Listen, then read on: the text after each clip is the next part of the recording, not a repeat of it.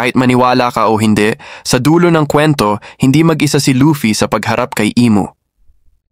After ko malaman ang totoong nangyari sa pagbagsak ni Rock sa God Valley, mas lalong tumibay ang theory na to. Si Garp, legendary marine hero na may matinding paninindigan sa justice. Si Roger, ang nag-iisang pirate king na may malasakit kahit sa kaaway, at minsan pang inimbitahan si Garp sa Oro Jackson.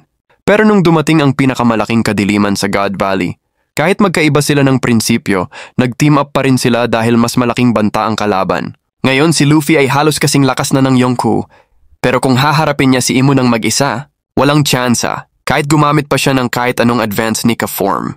Si Oda ay mahilig sa symmetry, meaning may parallel si Luffy, at ang pinaka-fit ay si Kobe, ang magiging hero of the Marines. Si Roger at Garp ay nag-team up para protektahan si Kobe, at si Garp mismo ang naniniwalang si Kobe ang susunod na haligi ng bagong era. At yung huling suntok ni Kobe, grabe, solid. Kung patuloy siyang lalakas, posibleng makahabol siya kay Luffy in the future. Next candidate, Blackbeard. Nung nalaman ng fans ang connection niya kay Rocks at Davy Jones, ang daming nagulat. Pero kung iisipin mo, pinapatunayan lang ni Teach ang motto na Live for Your Dream.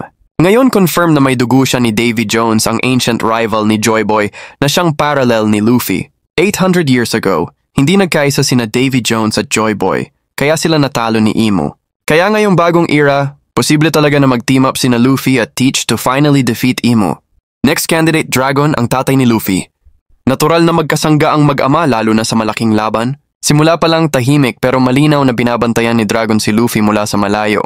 Bilang Supreme Commander ng Revolutionary Army, ang layunin niya ay pabagsakin ang world government. At para magawa yon, kailangan nilang talunin ang pinakamalaking lihim, si Imu mismo. Kaya malaki ang chance na magtutulungan si Luffy at Dragon, ang D-Family combo sa final battle.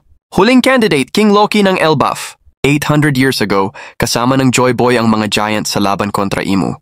At ngayon, si Loki ay future king ng Giants, may unlimited potential. Hindi imposible na malampasan pa niya ang mga legendary Giants ng nakaraan. Sa Elbaf arc, obvious na tutulong si Loki kay Luffy. Kung sasali ba si Loki sa Straw Hat Crew?